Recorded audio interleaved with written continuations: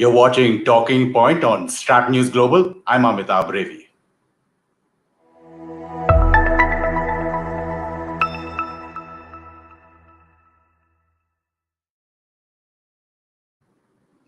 Joining us from Pennsylvania is Bill Roggio. He's a senior fellow with the Foundation for Defense of Democracy, and we've been reading him for years now as the editor of the Long War Journal. Bill, thank you so much for giving us time on StratNews Global. It is my pleasure. Thank you for having me, sir.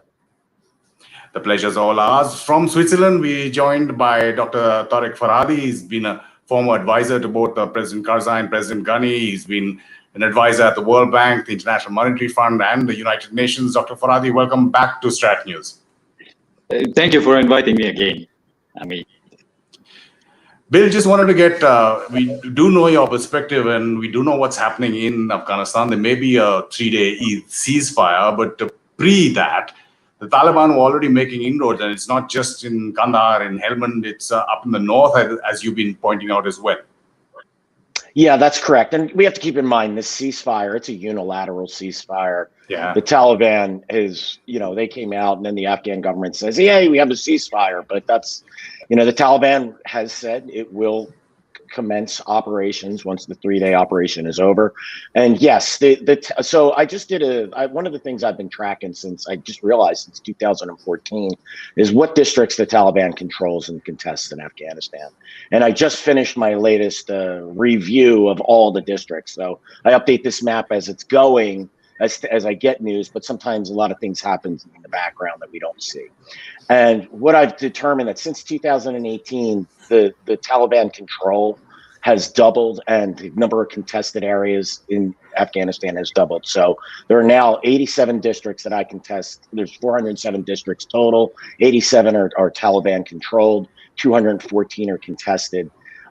This is nearly double the amount from 2018. So even with U.S. air support inside Afghanistan, U.S. and NATO forces there, the Taliban has slowly but surely taken control of rural districts. Now, U.S. military commanders has dismissed this as something, so what? They control the rural areas, but we control the population centers.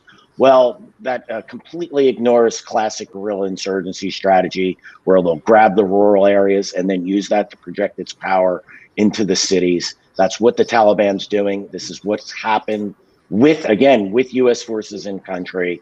I don't know how we'll expect this to get better once U.S. forces leave.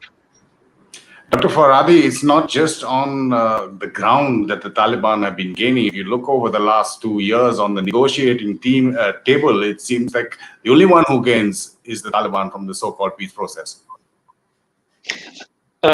Look, yes, I think the Doha agreement of February 2020 gave them quite a bit of diplomatic mileage.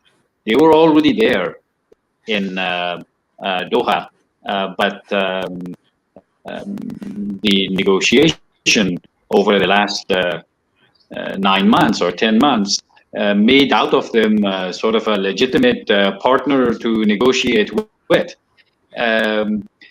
Also, I think Islamabad has lobbied for the Taliban quite a bit in terms of saying in international fora that a political settlement is needed with the Taliban. So this is a line that has come from Islamabad. It has been adopted by the United States at some point, perhaps 5 years ago, and then really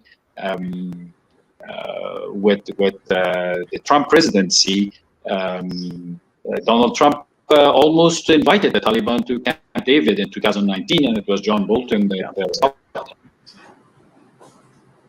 Sure. Bill, Mr. Roggio, now you also point out how the Americans now, it's the Biden administration, and they're saying that Al Qaeda, for example, is degraded in Afghanistan. It's present in other areas, and they can deal with any potential future threat from over the horizon. But you have been pointing out how day after day, year after year, the Americans have been basically lying about, and the Taliban have been lying about severing links from Al Qaeda, right? Yeah, correct. I just want to add one comment to Dr. Farhadi. He's absolutely correct. And what the negotiations have done has also delegitimized the Afghan government in the process, because these talks that the Taliban is one party, the Afghan government is just part of an overall party. Now, back to Al Qaeda. Yeah, so for over a decade, the U.S. government and U.S. military and intelligence services has been downplaying Al Qaeda's presence in Afghanistan. I'll just quickly, in 2010, an estimate was put out that it was only 50 to 100 Al Qaeda fighters in Afghanistan. They're decimated, etc. And I was the only person, my colleague Tom Jocelyn, were the only people saying that this is wrong. And we could prove it based on press releases from U.S. military operations and other sources. Lo and behold, in 2015, October 2015, the U.S. raids a major Al Qaeda camp in Shurabak district in Kandahar, right on the border with Pakistan. No surprise. And they kill 150 Al Qaeda operatives. Now, all of a sudden, the U.S. changes its estimate, 200 to 300. The UN says 400 to 600. The reality is no one knows, but I think the number is much, much higher. The Taliban, in order to attempt to live up to its agreement in Doha, says, well, there hasn't been Al Qaeda in the country since the U.S. invaded in 2001. All the foreigners had left. And the funny thing is that this disregards Al Qaeda's own statements of its leaders who were killed in U.S. military and Afghan military operations inside of Afghanistan. So the Taliban, who's supposed to be a legitimate partner in so-called peace, is lying about Al Qaeda's presence inside of Afghanistan, and it lies about it because the Taliban itself is sheltering Al Qaeda. It's a big shell game, and the U.S. has not held the Taliban to account for this. There's been, they've killed, I think, 3 or 4 very senior Al Qaeda leaders inside of Afghanistan since this so-called peace deal between the U.S. and the Taliban. It's a withdrawal deal. It's not a peace deal. Since this was signed, the U.S. government never held the Taliban to account for this. Not only a withdrawal deal, it's been called an exit deal or an eviction deal. Yes. But Dr. Farhadi, when you talk about games, now that the absolute carnage that we saw over the weekend outside the Kabul school, with school children, over 80 girls, Shia Hazaras being killed. Now, the Taliban has been consistently denying any of these operations. Today, there was a Kabul mosque that was targeted again. Immediate statements. Islamic State in Khorasan province is blamed, even though it hasn't taken credit for these latest ones.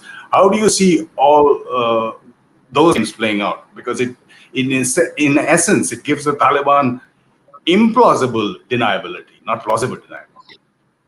Well, first of all, these girls, it's heartbreaking. I mean, these are poor girls that generally are sent from Bamyan and central Afghanistan to Kabul to have access to education. They live in very difficult positions. This school had 13,000 students and 2 shifts.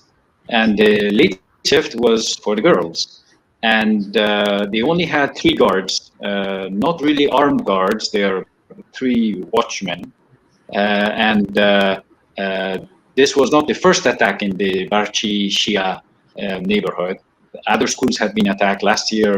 Hospital was attacked, and a wedding hall was attacked. So I would say that there was some dereliction of duty on the part of the Afghan security services not to watch the situation closely or ignore it. And yes, this is Daesh type of activity. Because we have seen this in Iraq, we have seen this in Syria. They want to sort of take the country towards a Syriaization of the situation, and it has had that kind of reaction. I hope this is the end of it, and I have criticized the Afghan security services for because they receive $4 billion a year to this day from the United States. And with this money, the leadership of Afghan security services is responsible in front of the Afghan people and the world to do a better job and not let these soft targets be attacked repeatedly. This was the second time in a school, as I said, and a wedding hall and a hospital in the same neighborhood. Mr. Roggio, now ISKP Daesh, what is its relationship to the Taliban, to the ISI, to Pakistan? We've seen General Bajwa and the ISI chief as Ahmad, General Faiz Ahmad in Kabul of late. Yeah, and so concerning this horrific operation, first of all, look, the Islamic State would claim credit if it bombed an American porta potty and there were 0 casualties. The Islamic State is so desperate for press in Afghanistan, and the fact that it hasn't claimed any of these attacks really tells me that it's highly likely that this was Taliban. And even if this was the Islamic State, there's been credible reporting, and it's come from the UN, and I know some Afghan officials have said the same thing, that the Haqqani network, which of course is an integral part of the Taliban, Sirajuddin Haqqani is the head of the Haqqani network, is one of the Taliban's 2 deputy emirs, and I would argue is probably the most powerful Taliban figure, more powerful than Mullah Habibullah Akhundzada, who's the emir of the Taliban.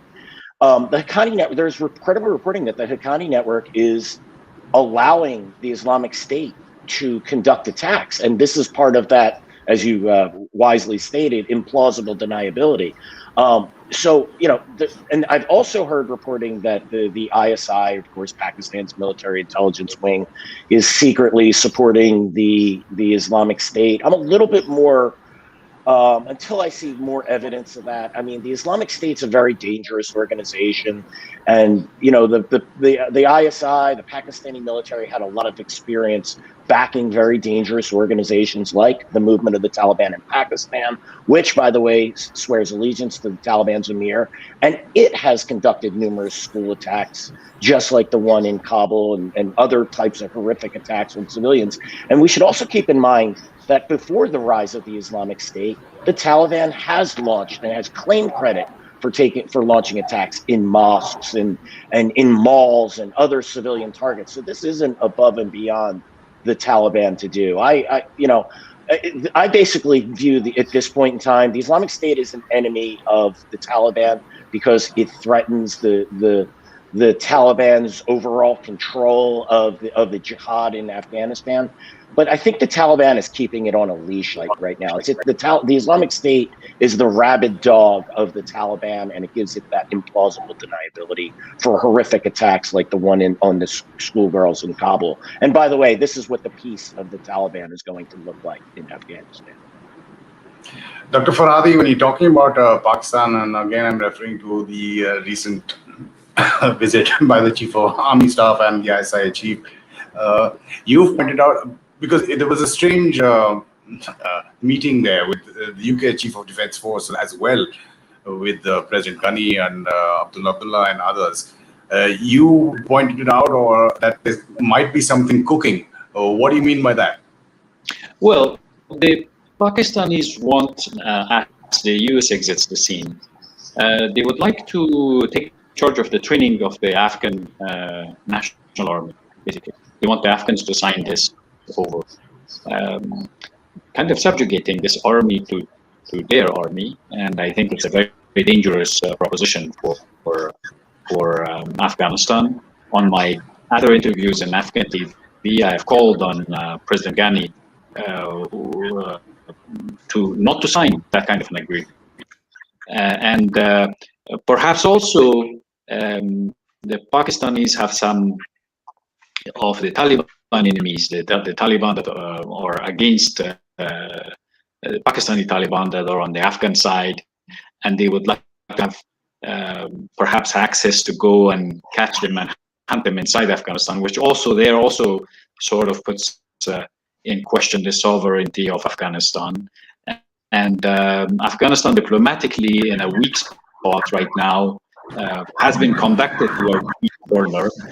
And the Pakistanis are asking for these kinds of things, which nobody in their right mind would accept. I think this might even have the reverse reaction, is that a lot of people, I myself have been a critic of President Ghani's administration, which has not been able to control corruption in the security services and finance, etc. But here, this might galvanize people around the current government to call on the government to not sign such a document, because we have the history of another document called the Durand Line, which was signed before Pakistan was created. But it was sort of a border that now is recognized as an international border, which divides our Pashtun community. That was 100 and some years ago. But now, there is that if the Pakistanis get an agreement signed by a weak government in Kabul that Afghan forces will be trained by Pakistan and Pakistan can enter Afghan territory anytime it wants, then this is an agreement that the Pakistanis could herald for the next 100 years, even if President Ghani cannot survive the next 7 months. So Afghans are attached to their sovereignty. It might look like there is chaos in Afghanistan and the government is weak, but make no mistake that if the fight reduces itself between Afghans and the Taliban this time will not be able to conquer all the territory of Afghanistan. The lessons of 1996 to 2001 are chilling, and there's a younger generation that will mobilize in the big cities in some regions of Afghanistan to defend territory. Yes, Taliban might add territory in Afghanistan. Yes, we might end up with ungoverned territories in Afghanistan. Yes, we might end up with waves of refugees inside Afghanistan. This is something that Iran and Pakistan fear, actually, is that if there is too much instability in Afghanistan, up to 4 to 5 million refugees will go back to Pakistan and Iran. This is for them difficult to handle. But I think there will be a tough fight in Afghanistan, and Taliban will not be able to take everything. President Ghani's government will fall because there is a gap now between the people and President Ghani's government, which is a government of a few people taking hold of all the reserves of the country, including the reserves of the central bank. This government will fall, but then resistance will form like it has every time in Afghanistan. Resistance to Taliban will form, and there will be territories where other Afghans will fight the Taliban, and other Afghans will fight the Taliban on the international scene with their voice as well. I'm just going to get both of you to elaborate on that, but Dr. Farhadi, you did partially answer one of our viewers, Harsh Behere, who asked, what contingencies does Pakistan have prepared if the Afghan Taliban revive the Pashtunistan idea? What is the status of fortification of Durand Line by Pakistan? But Bill, I just wanted, since you talked about Sirajuddin Haqqani and his role both in the Taliban network and connections with the Al Qaeda, Varun Pratap asks, it's being said that Pakistan doesn't enjoy the same level of influence on the Taliban as they used to. Is that true? How far is that going to change their relationship? And Bill, if you could talk a little bit about the internal dynamics of the Taliban, their reports that there are differences between Sirajuddin and Mullah Baradar. How unified are they?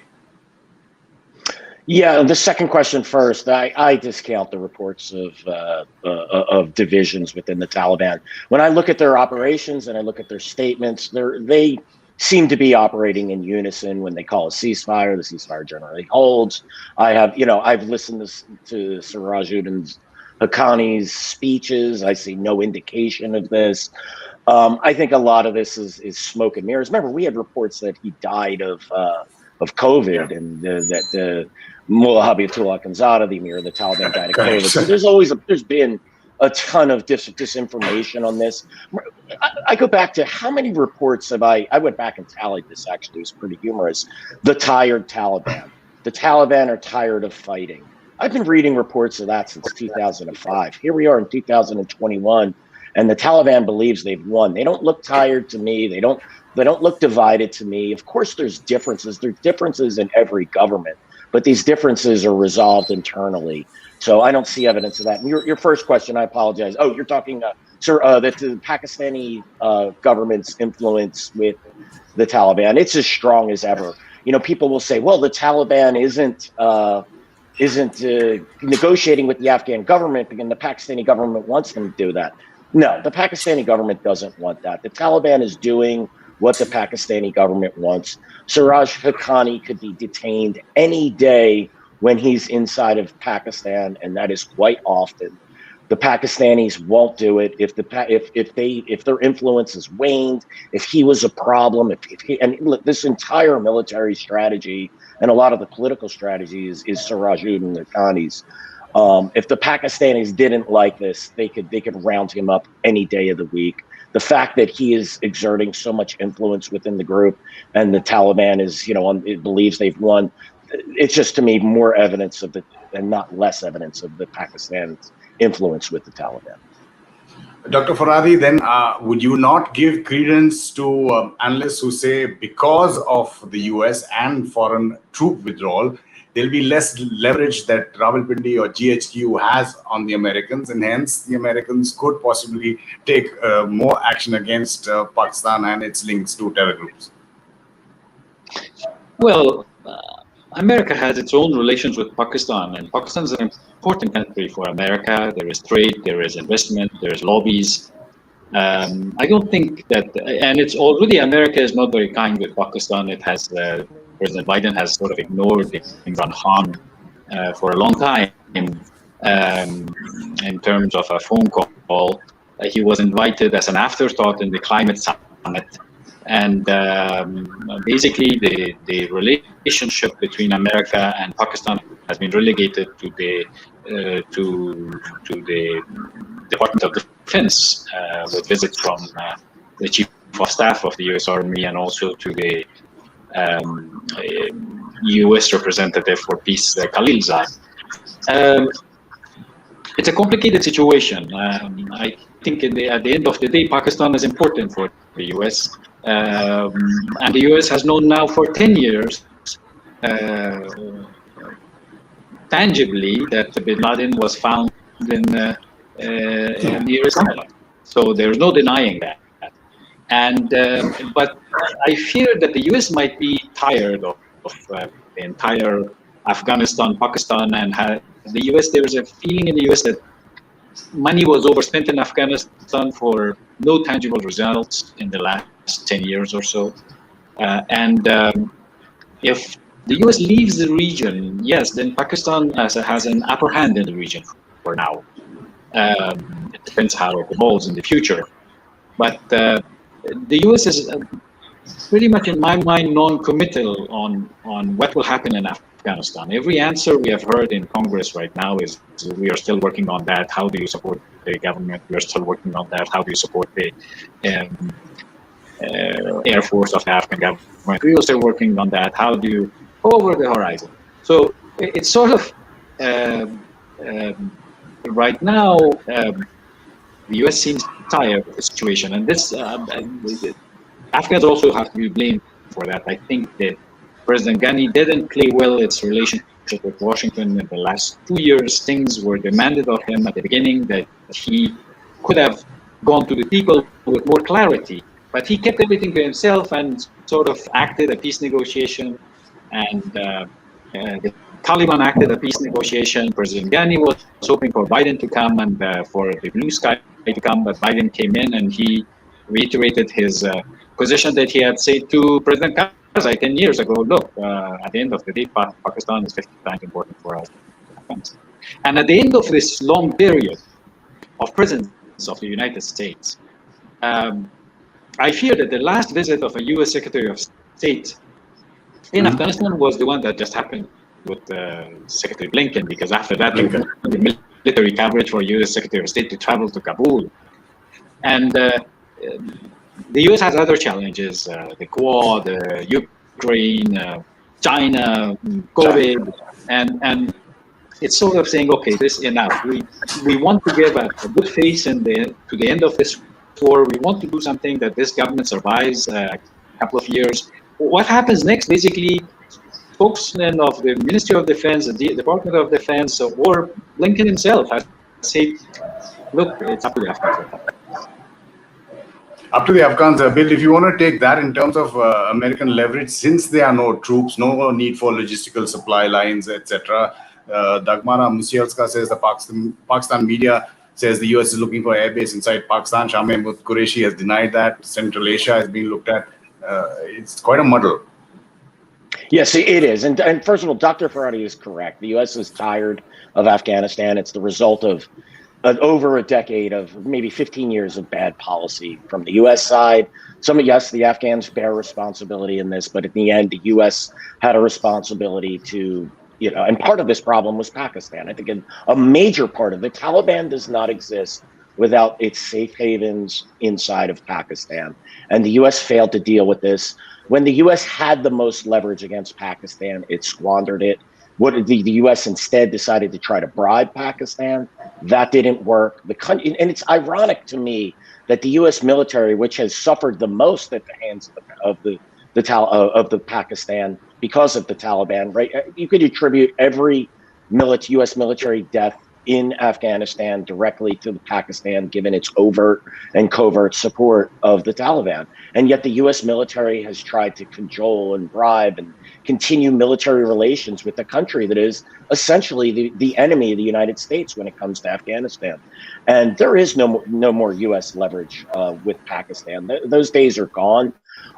Pakistan has the upper hand in the region because it has showed that it could basically hoodwink a superpower and get its policy of supporting terrorist organizations and making it a valid foreign policy.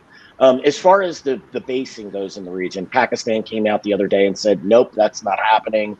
Obviously, Iran isn't going to happen. And the stands, well, you're going to be dependent on Russia for that. Let's face it, those countries will, they will let Russia make those decisions, and given U.S.-Russia relations, that just isn't happening. So what are you left with? And this is just not for supporting the Afghan government, because the U.S. has said that's not going to happen militarily. But if you just wanted to conduct over the horizon strikes, target Al Qaeda, and Islamic State, and other terrorist groups, you're going to have to do it from an aircraft carrier in the Indian Ocean, or from Diego Garcia in the Indian Ocean. There's something that a colleague of mine, David Kirkcullen, called the tyranny of distance.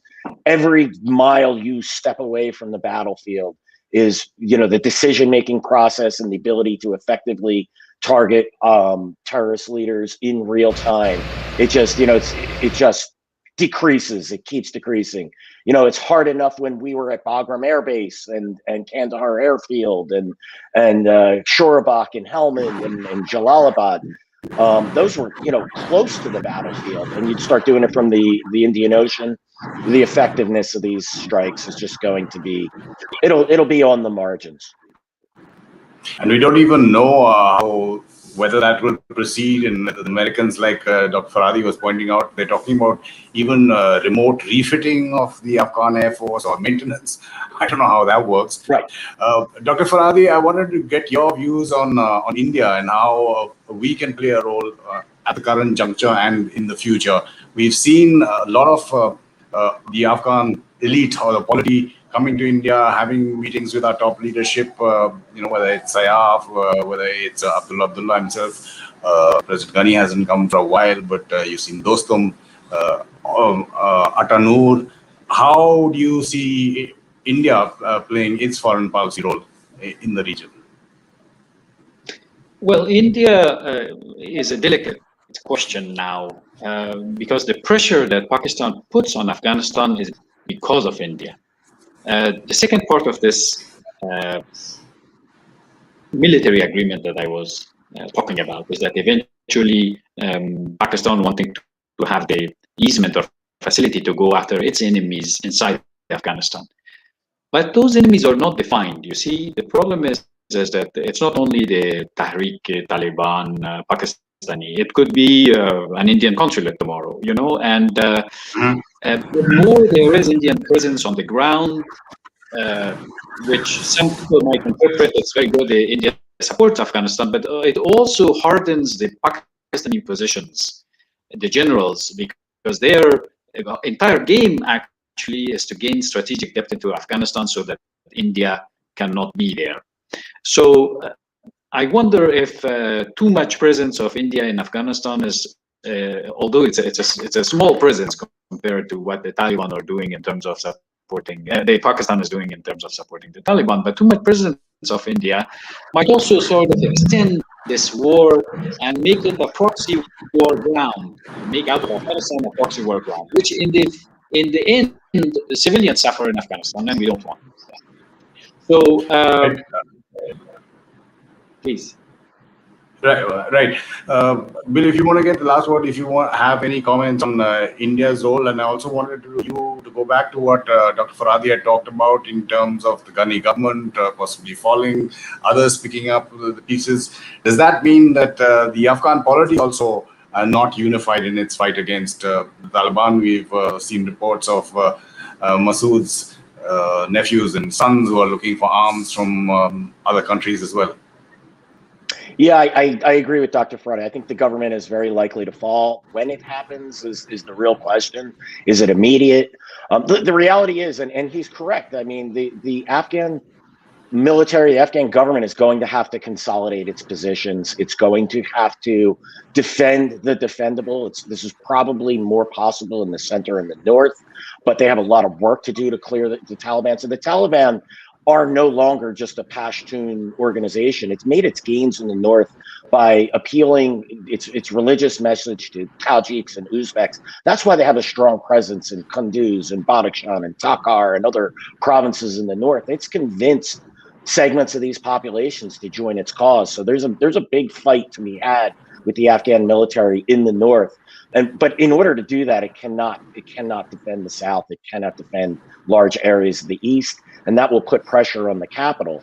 The question is, how does the Ghani government fall? Is there a coup, or is he kept in a sort of a placeholder mode and or a position? And do the real power brokers, do the warlords of old, do the Masouds and the Dostums and others, do they gain prominence? I've been reading reports of the old warlords starting to arm for about last year or two. Mm-hmm. They've seen this coming and they're smart to do so. And to your first question on Indian influence in Afghanistan, it's very limited.